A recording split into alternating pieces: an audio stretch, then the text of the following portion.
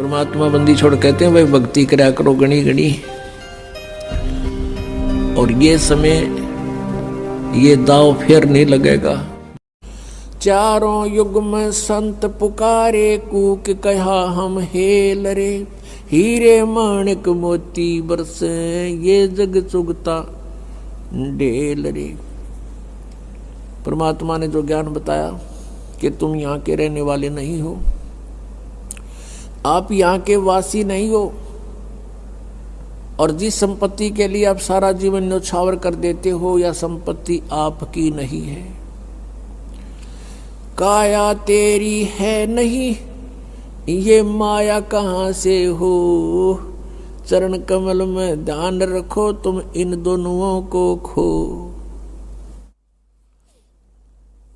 ये माया करतारे की तू अपनी कह गंवारे, दो जग धक्के खावेगा या नाहक बह बेगारे। सर्व सोने की लंका होती रावण से रणधीरम, एक पलक में राज बिराजी जम के पड़े जंजीरम। मन तू सुख के सागर बसरे भाई और न ऐसा यसरे। सर्व सोने की लंका थी रावण से रणधीरम, एक पलक में राज बिराजी और जम के पड़े जंजीरम। अगम निगम को खोज ले बुद्धि विवेक विचारे, उदय अस्त का राज मिले तो बिन नाम बेगारे।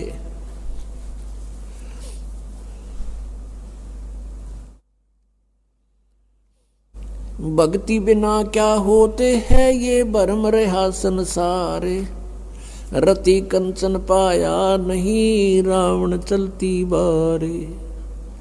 सोने के महल बना रखे थे कुबद्दी ने, सोने की ईंटें, सोने की गारा और उसमें महल और कई कई मंजिल के। और परमात्मा कहते हैं 1 ग्राम स्वर्ण 1 ग्राम गोल्ड भी साथ लेकर नहीं जा सका। तो हमारे यहाँ भूल पड़ रही है कि ये मेरा है या कार मेरी है, कोठी मेरी है, बेटा मेरा है, बेटी मेरी है। जिसमें आपकी यह भूल हटेगी तब आपकी भक्ति फलेगी कि ना बेटा आपका है, ना बेटी आपकी है, ना यह कार आपकी है, ना कोठी आपकी है। अब आपके बच्चे नहीं हैं, ये परमात्मा के बच्चे हैं। आप परमात्मा के नौकर हो और परमात्मा ने आपके पास ही अपने बच्चे भेज दिए, बेटा या बेटी।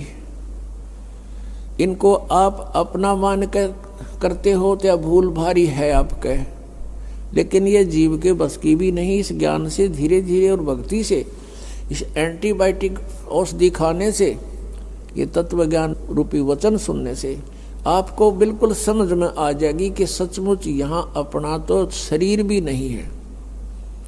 तो हमने इन बच्चों को जो आपको भगवान ने दिए हैं, इनके दास नौकर बनकर आपने इनकी परवरिश करनी है। भगवान से डर के इनकी सेवा करनी है, जैसे एक नौकरानी और एक नौकर मालिक के बच्चों की कितनी केयर टेक करता है। इस दास को इतिहास अब याद आते हैं, उदाहरण आते हैं जो संसार में घटे हुए हैं। भगवान ने जो हमें उदाहरण दिए हैं वो सत्य हैं। एक समय दास जब सर्विस करता था, ऑफिस में बैठा था और सामने गली थी, सड़क, और ऑफिस से 2 मकान छोड़कर लेफ्ट साइड में एक बहुत बड़े धनवान व्यक्ति का मकान था, कोठी थी। उसकी एक पुत्री थी, लड़की ज़्यादा से ज़्यादा 8-9 वर्ष की होगी। उसके लिए एक नौकरानी छोड़ रखी थी और उस लड़की का स्कूल वहाँ से ज़्यादा 10 फरलांग होगा, यानी 2000 फुट मुश्किल से 5 एकड़ की दूरी पर। तो वो लड़की को नवाती धवाती, उसके सारे कपड़े चेंज करती और सारा उसको व्यवस्था रखती, खाना पीना दूध सब समय पर खिलाती। और उसको जब छोड़ने जाती थी स्कूल में पैदल छोड़ के आती थी, थोड़ी दूरी थी। तो वो क्या करती थी, जून के महीने में एक छोटा सा छाता लेकर लड़की पर तो छाता रखती थी और स्वयं धूप में चलती थी, क्योंकि वो मालिक की बेटी थी। और जब उसको नौकरी से निकाल दिया, उसने झांका भी नहीं उधर। और पहले वो उसको इतना प्यार देती थी, शायद माँ भी नहीं दे सकती। तो ऐसे ही हमने इनको मालिक के बच्चे जानकर, और हम सभी यहाँ कष्ट में हैं, दुखी हैं, एक दूसरे को समझकर, जैसे एक सास बहू है और सास बहू का कहते हैं कुत्ते बिल्ली वाला बैर हो जाता है। ऐसा क्यों है? बिना ज्ञान के गाटा जुड़ रहा है। और फिर कहते हैं जैसा दर्द आपने हो ऐसा जान बिराने। अब जैसे घर का मुखिया है, सास है, उसके अधीन पुत्र वधू है, अब उसके साथ दुर्व्यवहार करेगी तो उसकी आत्मा रोएगी, बोल सकती नहीं। तो वो आत्मा की जो पुकार है वह भगवान के दरबार में डिपॉजिट होती है और उसका प्रतिफल बहुत भयंकर होता है। फिर क्या होता है कि कई जगह ऐसा है कि पुत्र वधू इतनी हैवी है सास पर, उसको तंग करती है। तो उस समय ये ज्ञान याद रखना चाहिए कि हम इस काल ने ऐसी व्यवस्था में जोड़ रखे हैं, क्योंकि यहाँ व्यवस्था ऐसी है। अब जवान बच्चे का और बुढ़े का कभी भी मेल नहीं मिले, ना मन मिले, ना व्यवहार मिले, ना विचार मिले। और फिर रहना इकट्ठा, सास और बहू ने इकट्ठा रहना और कति विचार नहीं मिले, यह गारंटीड बात है। और इसलिए झगड़ा रहेगा, यह भी रहेगा, लेकिन इसका समाधान इस ज्ञान से होगा। देखो, कोई भी घर में हानि करके प्रसन्न नहीं हुआ करता, कोई भी नुकसान करके राजी नहीं, लेकिन हो जाता है। और फिर उसके ऊपर एक दूसरे के साथ खींचातानी करे, तूने ऐसा कर दिया, तू ऐसा करता है, ये करता है। को बालक है उसने प्यार से समझा दे, लेकिन नुकसान जो होना है आपके भाग्य में पूर्व निर्धारित है, वो होके ही रहेगा। और वो नुकसान तो हो लिया और फिर वो झगड़ा बाकी रह गया, बेमतलब की टेंशन। जब आप परमात्मा की शरण में आ जाओगे, ये हानि भी नहीं होगी आपके, सत्कर मान लेना। और इस ज्ञान से जब यो मन बकवाद करेगा, इस ज्ञान रूपी लगाम से यो रुकेगा। एक सास बहू थी, बुढ़िया बहुत लड़ा करती अपनी पुत्र वधू के साथ, इकलौता पुत्र था। अब बेटा न्यू सोचा करता, भाई माँ की बात नहीं मानी तो माँ की आत्मा दुख पाएगी। वो भी अपनी पत्नी को ही धमकाया करता, गलती होती चाहे ना होती, माँ को प्रसन्न करने के लिए। और बुढ़िया बहुत कलियारी थी। अपने आत्मा एक परमात्मा लीला बख्शते हैं, करते हैं, दया करते हैं। एक बहन सत्संग में जाया करती थी, बुढ़िया माई, वो उनके घर चली गई, कुदरती परमात्मा भेजते हैं। और वह बुढ़िया लाग रही कति श्लोक सुनान, अच्छी बूंदी कहन अपनी पुत्र वधू को, और वह बेचारी बोल रहा नहीं। अब बोलूंगी तो फिर सामने अपने बेटे तगड़वाएगी, तो वह बेचारी चुप रहने में अपनी खैर समझ रही थी। अब उस बहन जो सत्संग में जाती थी, परमात्मा परमेश्वर के विचार सुनती थी, उसने सोचा ये तो नरक हो रहा है इनका घर। उसने उस बुढ़िया को सहज सहज प्यार से कहा, बहन सत्संग में चल लेगी? ना, हम नहीं जाया कर सत्संग में, ये तो उड़गी जाया कर ठाली, जिन्हें कोई काम कोई ना। हर बुढ़िया ने काम बहुत लड़न का, और काम नहीं उसने, वो छूटे ना उससे। उसने फिर दूसरे तीसरे दिन फिर कहा कि आए एक बार मेरे साथ चल, कोई भी ना रही मेरे साथ चलने वाली, और मैं अकेली रहेगी, सत्संग में जाना है, जल्दी आ जावांगे। वह उसकी मुंह लागती सी थी। उस दिन वह बुढ़िया उसके साथ चलेगी। अब साथ चलेगी तो वह सत्संग सुना, सत्संग सुने तो पुण्यात्मा असर होया कर, ऐसी बात नहीं। जब तक हम कुएं के मेंढक बने रहेंगे, हम उसी क्रियाओं से लिप्त रहते हैं, वैसे ही विचार हमारे बने रहते हैं, और ज़्यादा ही दुख और बुराइयां हमारे अंदर प्रवेश होती रहती है। बुढ़िया ने सुने विचार, उसकी तो एकदम जो है ना एकदम परिवर्तन आ गया उसके अंदर। अब सचमुच हमने आपस में नहीं किसी को दुखी करना चाहिए। कथा सुनाई गई कि एक व्यक्ति था,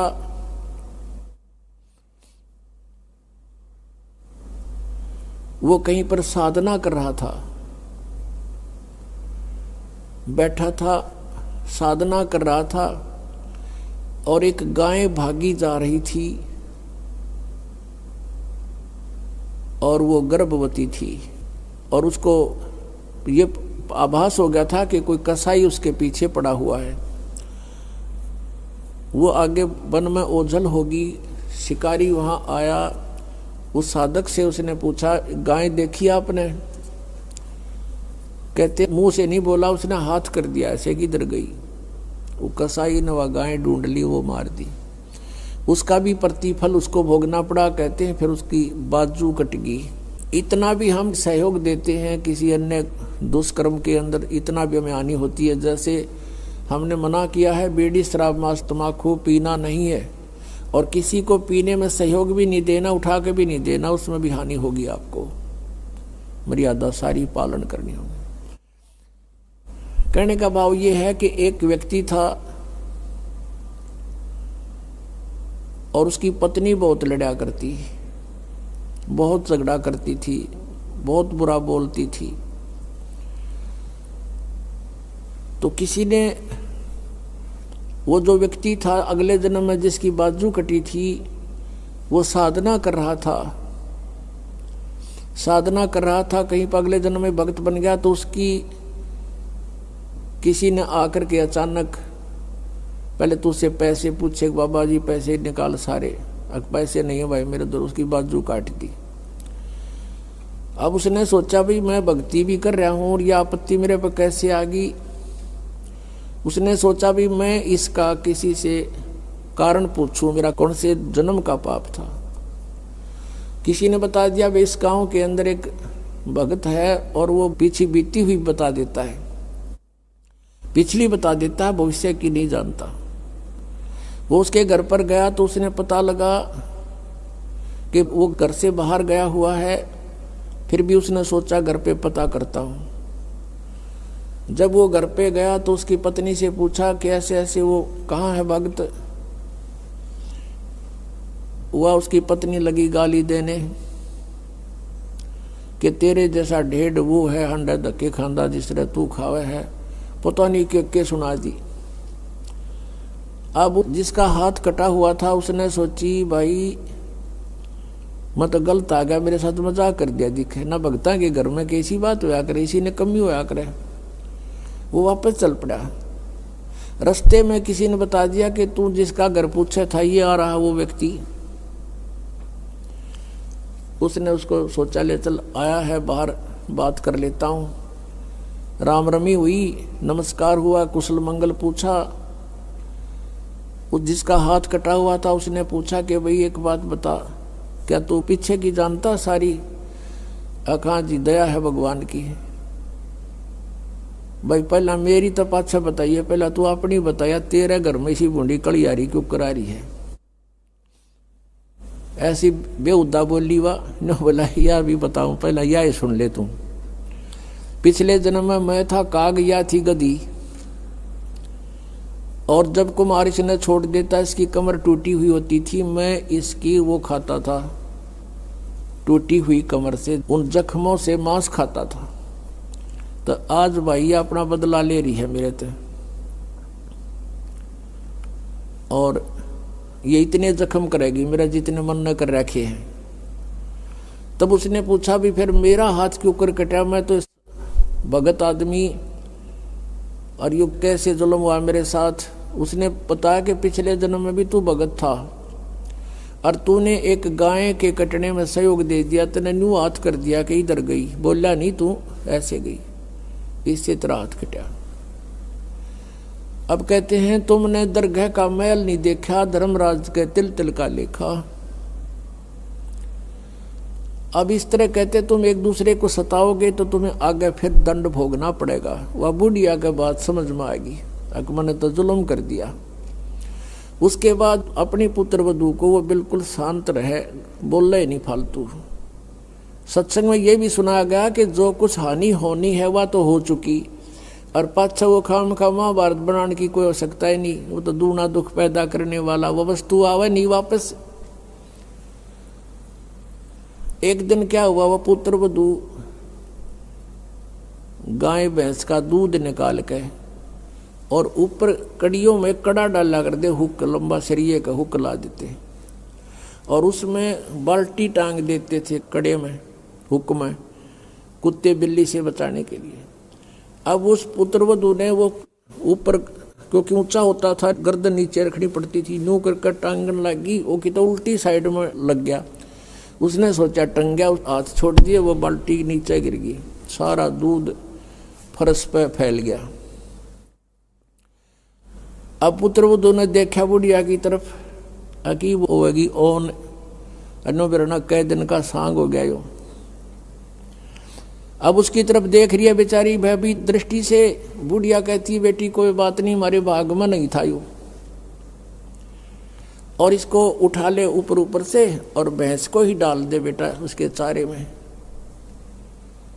ये अपने भाग में नहीं था इसलिए गिर गया, कोई बात नहीं। अब उस पुत्र वधू ने सोचा आज बुढ़िया कौन सा स्टेशन पकड़ेगी, या तो कदे 16 बात बोलिया नहीं करती। काफी देर उसका जची नहीं, बुढ़िया फिर शुरू हो गया ऊपर ले मन तक कहती हो कदे। वह बुढ़िया खड़ी हुई, 7 लाख का बेटा ठा इसने और भैंस के चारे में डाल दे, कोई दिक्कत को नहीं। अब उसने सोची अपने बेटे ने बतावेगी, मेरे तो ना कहती होगी तो वो भी आ लिया, पुत्र भी उसका कोई जिक्र नहीं करा बुढ़िया ने। तब उस माई ने, उस बहन ने सोचा भाई इतना परिवर्तन आया क्यों कर इसमें, उसके चरण दबावे, सेवा करे। फिर पता चला कि बेटी मैं सत्संग सुन के आई हूं और बेटा मैंने आज तक जो गलतियां की तेरी आत्मा दुखाई, बेटा मैं माफी मांगू तेरे थे। वह पुत्र वधू रोन लाग गई, बोली माँ कोई बात नहीं, अब तो माँ तुल्य हो और मेरे हित में ही कुछ कहती थी। उस दिन से पुत्र वधू ने भी नाम ले लिया, फिर धीरे धीरे उसके बच्चे ने भी नाम ले लिया और घर में नरक के स्थान पर स्वर्ग हो गया। अब इस परमात्मा की वाणी से, ज्ञान से स्वर्ग तो यही हो जाएगा, और सतलोक हमने जाना है, फिर भक्ति करके वहां सतलोक चले जाएंगे, महासुख वहां हो जाएगा। तो इस प्रकार वो परमात्मा आकर हमें ज्ञान देता है, उसके ज्ञान से हमें पता चलता है। इसलिए कहा कि सत्संग की आधी घड़ी और तप के वर्ष 1000 तो भी बराबर है नहीं, कहे कबीर विचार। अब यहां बताते हैं परमात्मा कि ये स्थान तुम्हारा नहीं है और तुम यहां ठेकेदार बन गए, मालिक बन गए। मालिक तो एक ही है, हम सब उसके बच्चे हैं और उसने आपको जो संतान दी है वो उसके बच्चे हैं, आप मानो चाहे ना मानो। और आपने ये नहीं कि अपना कर्तव्य से दूर होना है, परमात्मा के बच्चे जान के उसके डर से उनकी सेवा करनी है। जिसका जितना भी जो आपका कर्तव्य कर्म है वो करना है, उनको पढ़ाना है तो पढ़ाना है, कपड़े वस्त्र की आवश्यकता वो भी व्यवस्था करनी है, विवाह शादी भी करनी है, तो परमात्मा के बच्चे जान के करनी है। और जब यहाँ से चलोगे, जैसे वो नौकरानी निकाल दी गई थी, उसके सपने में भी ना आया वह मेरी बेटी थी, तो पुण्यात्माओं ये सतिथि आपकी जब आवेगी ऐसी बात नहीं, क्योंकि ज्ञान से ही अज्ञान हटता है। हम अज्ञानवश आप एक कुर्ता पर आकर मन अपना मान लिया, किसी का बच्चा जा रहा हो है कहीं पर और उसको तुम अपनी तरफ से कुर्ता पजामा पर आकर अपने घर बैठा लो, मेरा है ना जो मेरा है, या कोई बात हुई? तो हमने इस जीव को एक कुर्ता परा दिया बेटा और बेटी का और अपना मान लिया, अपना मेरे हैं, या कोई समझदारी की हमने। तो इस प्रकार हमारा इस ज्ञान से मन हटेगा, सच्चाई की तरफ पहुंचेगा। अभी तक तो हम देखा ज्ञानवश ही अपना मान लेते थे, शरीर अपनाए नहीं है तो हम दूसरे को अपना कैसे मान बैठे। तो क्या बताते हैं परमात्मा, आगे गए ना बावड़े ये रहते भी सब जान, बिन साहेब की बंदगी कहीं ठोड़े ठिकाना ना। जो यहां से मृत्यु को प्राप्त होकर चले गए उन्हें ताक बताया नहीं हम कहाँ गए, के बनी हमारे साथ। और जो शेष बचे हैं वो भी जाएंगे, बिन साहेब की बंदगी की तो ठोर ठिकाना ना। आज तुमने अपनी आकार कोठी मान रखी है मेरी है, कल मृत्यु होगी, पुण्य कर रखे आप जाओगे स्वर्ग में। स्वर्ग का समय आपका निर्धारित होगा, वो पूरा होते ही वहां से कहेंगे चलो चलो नरक में। नरक का समय पूरा होता कहेंगे चलो चलो गधे की योनि में। गधे का समय पूरा होता मृत्यु होगी, मृत्यु होती चलो फिर कुत्ते की योनि में। कुत्ते की योनि भोगी फिर चलो मनुष्य की योनि में। मनुष्य की योनि में ये आप देख रहे हो क्या करते हो है, ये करते खत्म होते फिर चलो नरक में। तो ये चलो चलो सतलोक में मिटेगी। और उसके मिटाने का प्रोसीजर अब हमें पता लग गया। अब इस चलो चलो के नाश करने का, समाप्त करने का हमें पता लग गया, वह विधि का पता लग गया।